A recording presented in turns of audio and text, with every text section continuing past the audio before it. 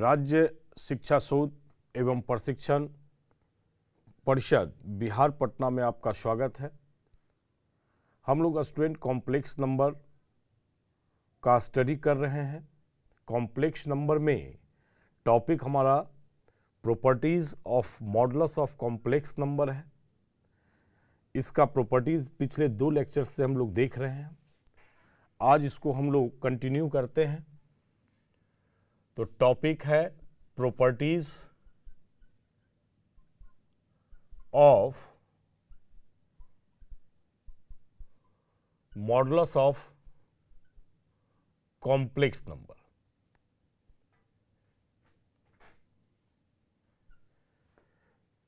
पिछले लेक्चर्स में प्रोडक्ट से रिलेटेड प्रॉपर्टीज का हम स्टडी किए। Z1 इंटू Z2 का मॉड ये स्टडी की, मॉड ऑफ Z1 और into mod of Z2 S one n तक का भी प्रोडक्ट हम इसमें से यूज कर सकते हैं। तो mod of Z1 mod of Z2 S one mod of Zn होगा।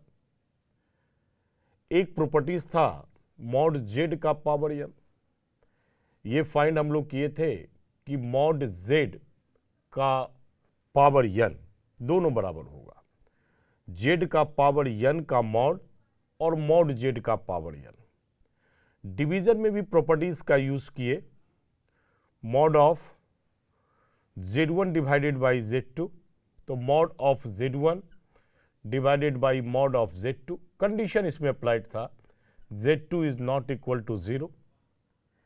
एक प्रॉपर्टीज हम लोग स्टडी किए कि Z इंटू Z का conjugate equal to mod Z का स्क्वायर। अब इस प्रॉपर्टीज को आगे बढ़ाते हैं तो 6 नंबर प्रॉपर्टीज की बात करते हैं। 6 नंबर प्रॉपर्टीज हमारे पास में है कि आप मॉड Z लें या कंजुगेट का मॉड ले लें या निगेटिव कॉम्प्लेक्स नंबर का मॉड फाइंड करें या फिर निगेटिव कॉम्प्लेक्स नंबर के कंजुगेट का मॉड फाइंड करें, ये सभी का रिजल्ट इक्वल होगा। ये भी प्रॉपर्टीज है। आप प्रूफ में इसका देख सकते हैं। प्रूफ इसका है स्टूडेंट के आप Z equal to x plus iota into y एक कॉम्प्लेक्स नंबर मानते हैं। आप लिख सकते हैं लेट इतना be a complex number. Complex number means एक सम्मिश्र संख्या है। इसको हिंदी में सम्मिश्र संख्या कहेंगे। एक सम्मिश्र संख्या है। अब देखते हैं स्टूडेंट, कंडीशन प्रत्येक में यह अप्लाइड होता है। जो डिफिनीशन था कॉम्प्लेक्स नंबर का, सम्मिश्र संख्या की जो परिभाषा था, उसका शर्त जो है वो सभी में अप्लाइड है। X Y belongs to real number और iota equal to root under -1। ये हमेशा याद रखेंगे। जहां भी हम कॉम्प्लेक्स नंबर सपोज किए हैं प्रॉपर्टीज में, सभी पर ये कंडीशन अप्लाइड होते हैं। तो आप इस कॉम्प्लेक्स नंबर का जब मॉड फाइंड करेंगे तो root under x square plus y square आएगा। मीन्स रियल पार्ट का स्क्वायर और प्लस इमेजिनरी पार्ट का स्क्वायर रूट। अब आप कंजुगेट इसका फाइंड करेंगे, माने x plus iota into y का हम कंजुगेट फाइंड करेंगे तो x minus iota into y होगा। और जब इसका मॉड फाइंड करेंगे तो square root x square plus minus y का होल स्क्वायर। रिजल्ट हमारे पास में x square plus y square आएगा। ये सेकंड हो गया। थर्ड में आ जाए स्टूडेंट, ये सेकंड स्टेप है। एक स्टेप ये फाइंड हुआ है। इसके थर्ड स्टेप की बात करते हैं। निगेटिव Z है, मतलब ऋणात्मक करना है, तो Z हमारे पास x plus iota into y है, तो final -x minus iota into y. अब जब इसका मॉड फाइंड करेंगे तो स्क्वायर रूट माइनस यक्स का whole square plus minus y का होल स्क्वायर, रिजल्ट हमारे पास में आ गया x square plus y square. Next देखते हैं स्टेप में। नेक्स्ट स्टेप जेड कंजुगेट की बात कर रहा है, तो Z conjugate x plus iota into y, x minus iota into y, और फाइनल इसका निगेटिव करेंगे इस कंजुगेट का, तो minus x minus iota into y, result हो जाएगा minus x plus iota into y. अब इसके मॉड को निकालेंगे तो माइनस यक्स का whole square plus y square, ये रिजल्ट हो गया x square plus y square. मतलब प्रत्येक केस में चाहे वो कॉम्प्लेक्स नंबर का डायरेक्ट आप मॉड फाइंड कर लें, या उसके कंजुगेट का मॉड फाइंड करें, या उसके फिर ऋणात्मक का मॉड फाइंड करें, या कंजुगेट के का होल आप ऋणात्मक का निकालेंगे, तब भी प्रत्येक केस में आपके पास में इसका मॉड का वैल्यू सेम है।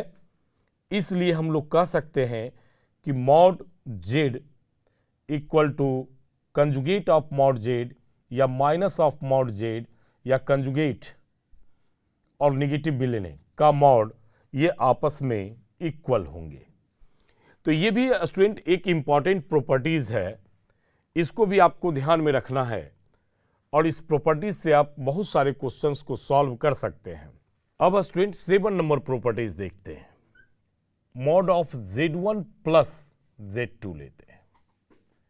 ये वैल्यू हमेशा less than and equal to होता है mod of Z1 plus mod of Z2 का।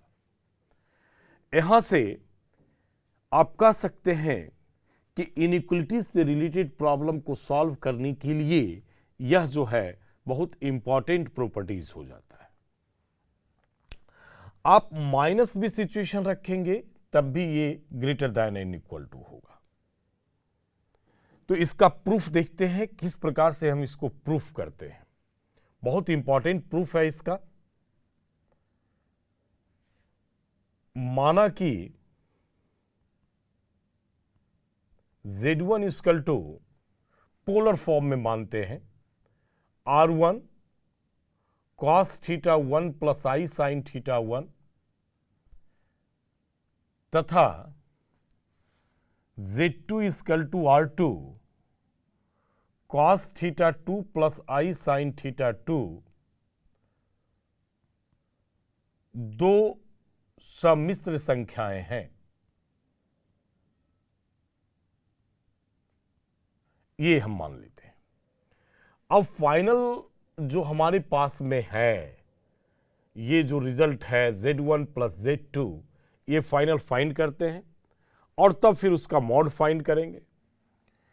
तो Z1 plus Z2 equal to Z1 हमारे पास में हो गया, मल्टीप्लाई करके गुना करके आप लिखेंगे R1 cos theta 1 plus iota R1 साइन theta 1 plus R2 cos theta 2 plus iota R2 और साइन थीटा 2। ये फाइनल हो गया। रियल पार्ट को एक साथ कर लें, ये रियल पार्ट है और यहां रियल पार्ट है। तो R1 cos theta 1 plus R2 cos theta 2 plus iota R1 साइन थीटा 1 और R2 साइन थीटा 2, ये फाइनल हो गया। अब इसके मॉड को फाइंड करते हैं। R1 प्लस R2 का मॉड फाइंड करते हैं। तो इसका रियल पार्ट का स्क्वायर, ये रियल पार्ट है R1 cos theta 1 plus R2 cos theta 2 का होल स्क्वायर, और इमेजिनरी पार्ट ये R1 साइन थीटा 1 प्लस R2 साइन थीटा 2 का होल स्क्वायर। अब इसको स्टूडेंट सॉल्व करेंगे हम लोग। होल स्क्वायर सॉल्व करना है तो r1 square cos square theta 1, r2 square cos square theta 2 plus 2r1 r2 cos theta 1 cos theta 2। यहां a प्लस बी के होल स्क्वायर पर इसे हम आप कहेंगे कि एक्सपेंड किए हैं, इसका विस्तार किए हैं। A square plus B square plus 2ab। इसी प्रकार से इस डाटा को भी करना होगा। तो r1 square sine square theta 1, r2 square sine square theta 2 plus 2r1 r2 साइन थीटा 1 साइन थीटा 2। ये फाइनल आ गया। अब देखते हैं यहां r1 स्क्वायर इस टर्म में और इस टर्म में r1 स्क्वायर कॉमन है, तो r1 स्क्वायर कॉमन लेंगे तो cos square theta 1 plus sine square theta 1। इस टर्म में और इस टर्म में r2 स्क्वायर कॉमन है, तो r2 स्क्वायर कॉमन लेंगे तो cos square theta 2 plus sine square theta 2 plus 2r1 r2। दोनों टर्म में 2r1 r2 कॉमन है, तो यहां से हमारे पास में cos theta 1 cos theta 2 plus sign theta 1 और साइन थीटा 2 बच गया। ये पूरा स्क्वायर रूट है। अब देखते हैं यहां cos square theta 1 plus sine square theta 1 का वैल्यू 1 होता है, तो 1 इंटू r1 स्क्वायर, तो फाइनल हमारे पास में r1 स्क्वायर बच जाएगा प्लस इस टर्म में भी ये वैल्यू 1 हो गया, तो r2 square plus 2r1 r2 और रिजल्ट हमारे पास में cos a cos b plus sine a sine b है, तो cos a माइनस b हो गया, माने थीटा 1 माइनस थीटा 2 हो गया। अब ध्यान देंगे कि cos का मैक्सिमम वैल्यू 1 होता है। cos का मैक्सिमम वैल्यू 1 है और यहां हम मैक्सिमम वैल्यू को रख रहे हैं, और जितने भी वैल्यू cos के होंगे सभी वैल्यू 1 से कम होंगे। कहने का अर्थ है कि ट्रिगोनोमेट्री से हमें फाइंड है कि cos का जो वैल्यू होता है वो -1 से +1 होता है। स्टूडेंट, ये वैल्यू हम यहां cos की वैल्यू मैक्सिमम रख रहे हैं, इसका अर्थ है कि ये डाटा मैक्सिमम पर होल्ड करेगा, मतलब ये ग्रेटर दैन हो जाएगा इस डाटा से। तो ये हमारे पास में रिजल्ट हो जाएगा r1 square r2 square plus 2r1 r2। 1 replace किए हैं, कंडीशन ये अप्लाइड है, माने फाइनल अब हमारे पास में आ गया mod of z1 plus z2 less than and equal to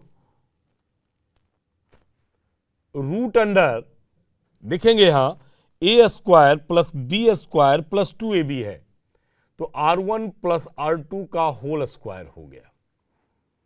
final result whole square है, स्क्वायर रूट है, तो ये रिजल्ट r1 प्लस r2 होगा। और r1 हमारे पास स्टूडेंट इस मॉड z का वैल्यू है, ये पोलर फॉर्म में लिखा हुआ है, यहां ये r1 मॉड z है, और इसमें जो आप r2 है वो मॉड z2 है, माने हम इसे लिख सकते हैं mod of z1 plus mod of z2। तो फाइनल हमारे पास में ये रिजल्ट आता है mod of z1 plus mod of z2। ये रिजल्ट जो है माइनस के लिए भी एप्लीकेबल है स्टूडेंट, ये प्लस में भी ये साइड RHS साइड आपका ग्रेटर देन है, और यदि यहां माइनस ले लें तब भी ये RHS साइड वो ग्रेटर देन ही होगा। मतलब यहां से 8 नंबर प्रॉपर्टीज की बात करें और यहां अगर माइनस रखते हैं तो ये भी वैल्यू जो है वो ऑलवेज लेस देन होगा ये प्लस वाले से। और जिस प्रकार से इसका प्रूफ हम किए हैं उस प्रकार से इस डाटा का भी प्रूफ आप कर सकते हैं। तो ये हमारा 8 नंबर प्रॉपर्टीज है। बहुत सारे राइटरों ने इस दोनों प्रॉपर्टीज को कंबाइंड करके लिखा है। कंबाइंड करके प्रॉपर्टीज लिखा है स्टूडेंट, लिखने का काम किए हैं, लिखा नहीं है। तो कहने का अर्थ है कि आप भी इसे कंबाइंड करके इस प्रॉपर्टीज को शो कर सकते हैं। जब हम इसे कंबाइंड करेंगे तो फाइनल हमारे पास में आ जाएगा। फाइनल कंबाइंड करने के बाद यहीं लिख देते हैं Z1 प्लस माइनस Z2 आप ले लीजिए मॉड में, less than equal to mod of Z1 plus mod of Z2। ये आप कंबाइंड करके, दोनों को कंबाइंड करके आप लिख सकते हैं। और बहुत सारे राइटरों ने, बहुत सारे किताब में आप इसे देखेंगे। तो कंफ्यूज नहीं होना है, इसमें 2 प्रॉपर्टीज इंक्लूड है, प्रॉपर्टीज नंबर 7 और प्रॉपर्टीज नंबर 8। अब स्टूडेंट प्रॉपर्टीज नंबर 9 की बात करते हैं। Z1 plus Z2। अब 9 चलिए ये ग्रेटर दैन इक्वल टू हो जाएगा mod Z1 minus mod Z2 का। इसमें भी मॉड लगा देते हैं क्योंकि हमें अभी पता नहीं है कि Z1 ग्रेटर दैन है और Z2 ग्रेटर दैन है, इसलिए जो भी ग्रेटर दैन होगा वो आगे शिफ्ट कर जाएगा। तो फाइनल मॉड लगा लेते हैं। आप माइनस में भी इस रिजल्ट को अप्लाई कर सकते हैं, माइनस में भी इस रिजल्ट को अप्लाई कर सकते हैं स्टूडेंट। ये रहा। इसलिए इस रिजल्ट को भी राइटरों ने कंबाइंड करके ही अपनी किताब में लिखे हैं।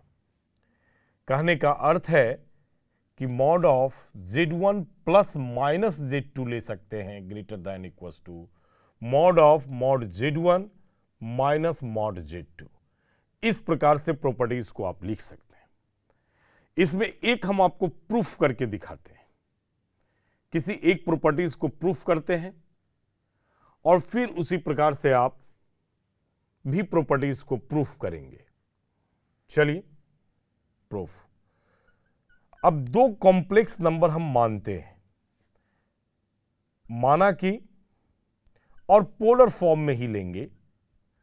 Z1 equal to R1 cos theta 1 plus I sine theta 1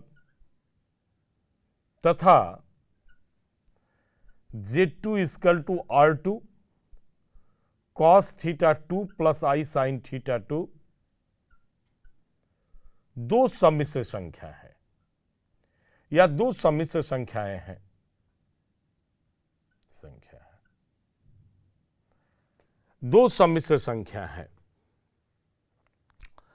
अब फाइनल क्या करते हैं स्टूडेंट कि हम लेते हैं एक डाटा को और सॉल्व करते हैं। जैसे मान लो उसमें पहले वाले में हम थ्योरम में प्लस लेकर चले थे, इसमें माइनस लेते हैं, Z1 माइनस Z2।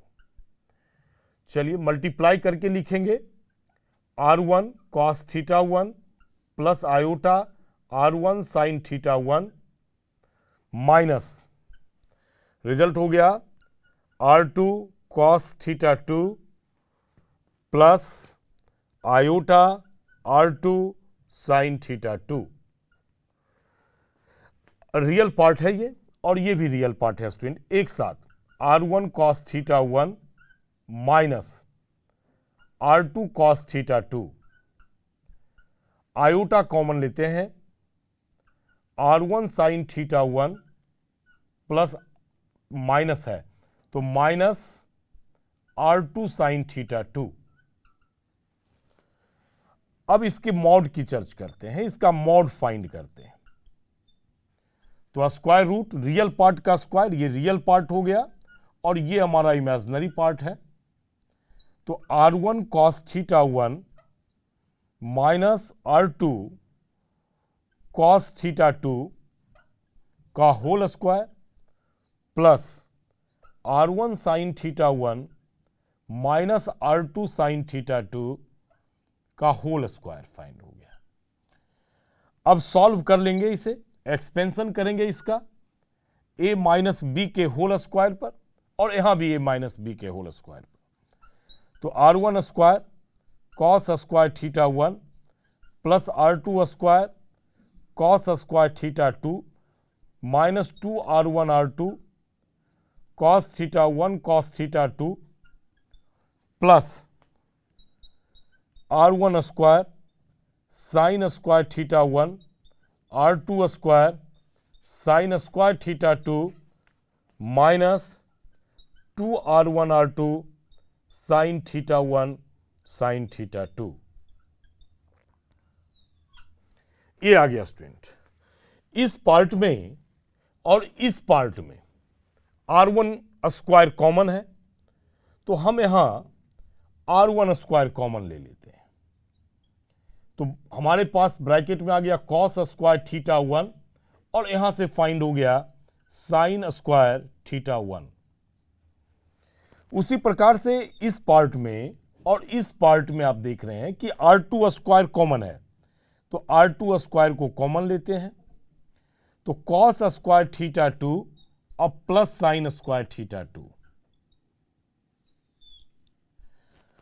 ये माइनस 2R1 R2 कॉमन है, ये लास्ट वाला पार्ट देखेंगे तब।